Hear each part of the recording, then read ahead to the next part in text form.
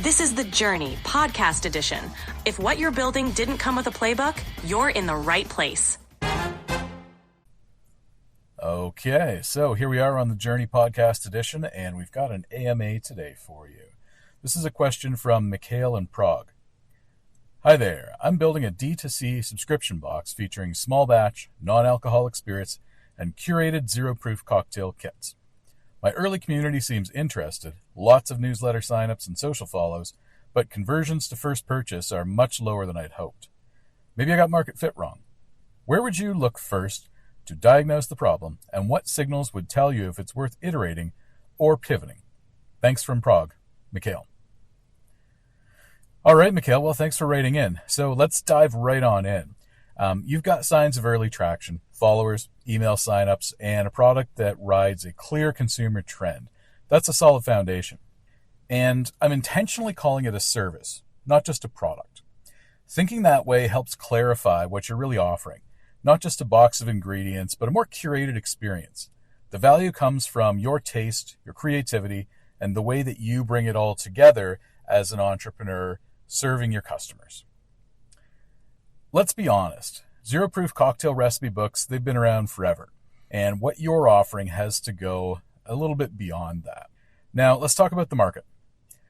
The sober curious movement is gaining steam.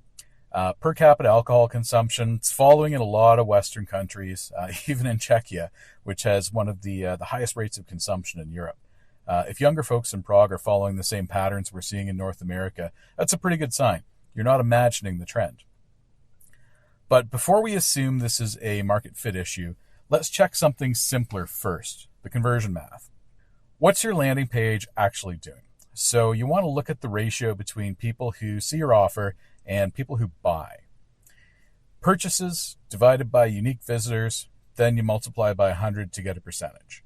So what you're going to want to do is just take the number of people who have actually signed up on your landing page, then divide that by the total number of unique people or unique visitors that have hit that landing page and multiply it by 100 to get a percentage point. Once you've got that, compare it to industry benchmarks. Even a rough benchmark is going to help. So you might find that your conversion rate is not that bad at all, which means that you have a traffic problem or a reach problem. In that case, the question shifts to, how do I get more qualified traffic? But let's back up a step first here. So we're talking about these benchmarks. How do you figure out what a good benchmark is? Well, you're going to have to do a little bit of research on this one. You'll have to do some looking around. You're going to want to find comparable or similar subscription services to yours and see if there are published conversion rates. A lot of the time, marketing blogs will run things like this on different industries. It can be very time consuming, but one way to shortcut that is to use the deep research feature in ChatGPT or another AI service and let it kind of run in the background, do the research for you, and come up with any information that might be published and available freely on the web that can kind of help you develop that benchmark. So you got that done.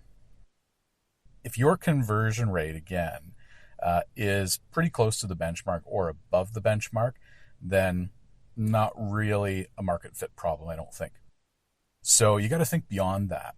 If it's not working, why? Well, the first thing to look at is pricing. How do you stack up against comparable offerings? Not just in cost, but in perceived value. Because here's the thing. Price equals perceived value plus cost. So what that means is that it costs you, a certain amount to buy the ingredients and the packaging and everything and deliver the stuff that goes into your subscription box so it ends up in the hand of consumers. So, that's your cost. Then the price that you charge has to be at or above that. Well, you don't want to charge a price that's at that, right? You actually want to make some money on this. So this is where perceived value is kind of the variable that allows you to float the price up based on what you're adding to this service for people and what it's worth to them. For example, let's say it costs you 21 euros to produce and deliver this thing. Your goal is enough to add enough value on top of that through design, guidance, experience, what have you, that the customer's happy paying 30, 40, or more for your subscription box. So what makes your box worth the extra euros? Well, maybe it's a video tutorial. Maybe it's a live virtual tasting event. Maybe it's some kind of community event. All of those things enhance perceived value. And that's what you're really charging for, what you're really making your money on. Because just the ingredients in the box, well, they can be bought from the supermarket or the grocery store. So why buy from you at a bit of a premium, right? If you're priced a bit higher than competitors, that's not automatically a problem. So don't fall into the trap of cutting prices just to fit in. That leads to really just one thing, commoditization. And in a commoditized market, the only thing left to compete on is price, which is a race to the bottom. You don't want to get involved in a race to the bottom. Nobody really survives that except the biggest, most well-financed and capitalized companies, and they're really not all that kind of fun to work for. So you don't want to work for them either. You kind of want to do your own thing, right? So you got price all kind of looked at, figured out, what have you. Next step, talk to your customers. You can do this through quick exit intent pop-ups on your landing page. It's just a little box that pops up and says, hey, can we get some feedback from you on this? What did you think about it? Why didn't you buy it? That type of thing.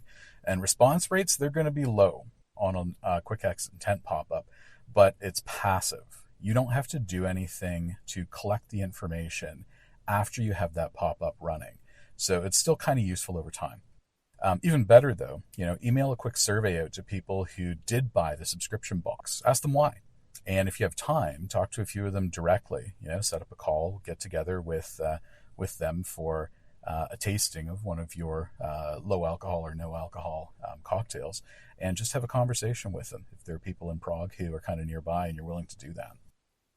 The insights that you're going to get from kind of making the effort there will be pretty potent, pretty powerful. And I personally find that building relationships with your customers over time delivers a lot back to you in return, even if you don't think it's going to up front.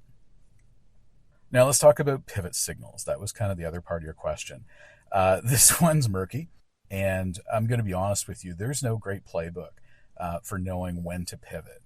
But at this stage of your growth, you're likely making micro pivots all the time already.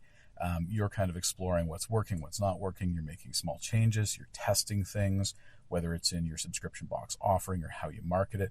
That's all healthy. It's all normal. But I would just keep on asking yourself, what can I do to make this subscription box service less of a commodity and more of a unique solution? Because here's a mantra that I've always absolutely loved, and I try to live by it. Do what others aren't doing. If you blend in with every other brand, the only thing that you can do is undercut them on pricing. And that's not a great long-term strategy. It's not fun either. And if you're not energized by your own product, your audience is going to feel that too. And they're not really going to dig what you're putting out there. So here's the bottom line. Winning brands in any emerging category, they don't follow trends, they shape them. Your job, it's not just to deliver another box of ingredients to subscribers, to customers. Your job's to create a memorable, joyful, and maybe even a shareable experience. That's your edge. Build from there. And that's it for this episode of The Journey Podcast Edition. If you're building something from scratch or scaling something messy, make sure to follow, share, or just send this to someone else in the trenches. Until next time, keep climbing.